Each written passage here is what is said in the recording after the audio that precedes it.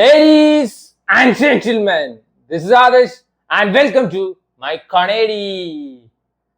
Lucky Bhaskar ഒക്കെ പോലത്തെ financial crime thriller ഇഷ്ടമുള്ളവരാണെങ്കിൽ അങ്ങനത്തെ ഒരു പടം ഇപ്പൊ OTT വന്നിട്ടുണ്ട്.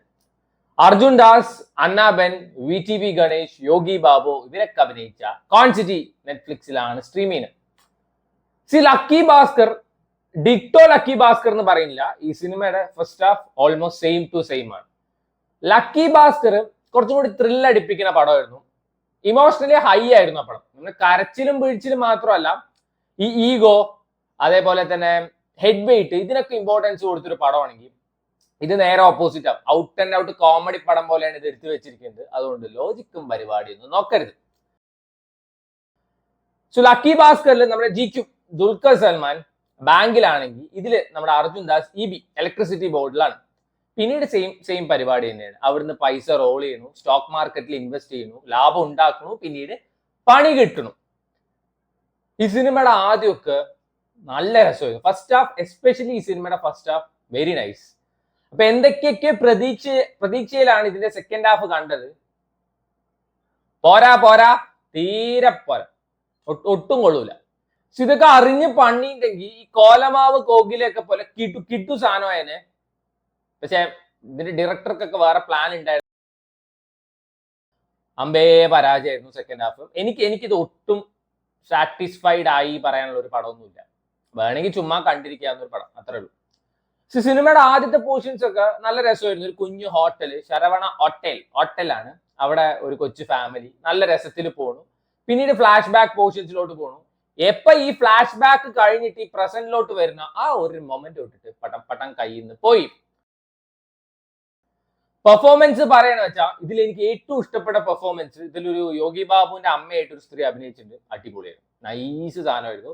VTV ഗണേഷിന്റെയും അതേപോലെ യോഗി ബാബുവിന്റെ കോമഡി കുറെ പോർഷൻസിൽ ചിരിയൊക്കെ കൊണ്ടുവന്നു. കുറെ പോർഷൻസിൽ ഞാൻ ചിരിച്ചിട്ടുണ്ടായിരുന്നു, ഇല്ലാന്നൊന്നും പറയില്ല. എന്നാൽ ഇതിലത്തെ മെയിൻ ലീഡ് 2 പേര് അർജുൻ ദാസിന്റെ ഇന്നേ വരെ ഒരു പടം കണ്ടിട്ട് എനിക്ക് ആളുടെ പെർഫോമൻസ് മോശമായിട്ട് തോന്നിയിട്ടില്ല. എന്നാൽ ആദ്യമായിട്ട് അങ്ങനെയും തോന്നി. ശരിക്കും ഒരു മെഴുകു പ്രതിമയായിരുന്നു ഇതിൽ അർജുൻ ദാസ്. ഒന്നും ചെയ്യാനുമില്ല ആൾക്ക്. ആള് ഇമോഷണൽ സീൻസ് ഒക്കെ ചെയ്യുന്ന കാണുമ്പോൾ ഒരു ഫീലിംഗും തോന്നിയില്ല. അണ്ണാബൻ വിജയ് സിനിമയില് നായകന് കണ്ണു തട്ടാതിരിക്കാൻ വേണ്ടിട്ട് ഒരു നായികയെ കൊണ്ടേ വെക്കില്ല. അതേപോലെയാണ് ഇത് അണ്ണാബന്റെ ക്യാരക്ടർ. ഒന്നും ചെയ്യാനില്ല ആൾക്ക്. ത്രൂ ഔട്ട് ദ സിനിമ നായകന്റെ ഒപ്പം ഉണ്ട് എന്നല്ലാതെ ഒന്നും ചെയ്യില്ല. ടുവേർഡ്സ് എൻഡില് ബിഗിൽ റെഫറൻസ് ഒക്കെ കൊണ്ടുവന്നിട്ടുണ്ട്. ഇപ്പൊ വിജയ് വിരമിച്ചുകൊണ്ട് വിജയുടെ റെഫറൻസ് ഒക്കെ കൊണ്ടുവന്ന പടം ഹിറ്റാവും പറഞ്ഞിട്ടാണോ? ഇപ്പൊ കുറെ പടത്തിൽ കാണാം. അതുകൊണ്ടാണ് ചോദിക്കുന്നത്. കണ്ടന്റ് ഇല്ലെങ്കിൽ പറഞ്ഞിട്ട് കാര്യമില്ല ചാച്ചിയെ. ഓവറോൾ എനിക്ക് വർക്ക് ആയില്ല. ആകെ ഈ സിനിമയിൽ പോസിറ്റീവ് എന്ന് പറയാനുള്ള ഒരു കാര്യം, അൺവാണ്ടഡ് റൊമാൻസ് അല്ലെങ്കിൽ ക്ലീഷേ ക്രിഞ്ച് റൊമാൻസും പരിപാടിയൊന്നുമില്ല. അത് വളരെ നല്ല കാര്യമായിട്ടാണ് തോന്നിയത്. 2-2.5 മണിക്കൂറിന്റെ പടമാണ്. ഇനി അതും കൂടി കുത്തിക്കേറ്റിയിട്ട് തൊയ്ര്യം കളയണോ? മ്യൂസിക് വർക്ക് സിനിമ പോലെ തന്നെ മ്യൂസിക് വർക്കും അമ്പേ പരാജയമായിരുന്നു. എവിടെയും ഒരു സുഖവും തോന്നിയില്ല.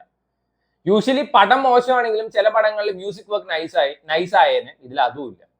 ഓവറോൾ എനിക്ക് ഒട്ടും വർക്ക് ആവാത്തൊരു സിനിമയാണ് കോൺസിറ്റി. വേണ്ടവർ കണ്ടു നോക്കുക. കാണുകയാണെങ്കിൽ ലക്കി ഭാസ്കർ ഒന്നും കാണുന്ന ആ ഒരു എക്സ്പെക്ടേഷനിൽ പോവാതിരിക്കുക. Keep your expectations low. കോൺസിറ്റി ഈസ് സ്ട്രീമിംഗ് ഓൺ Netflix.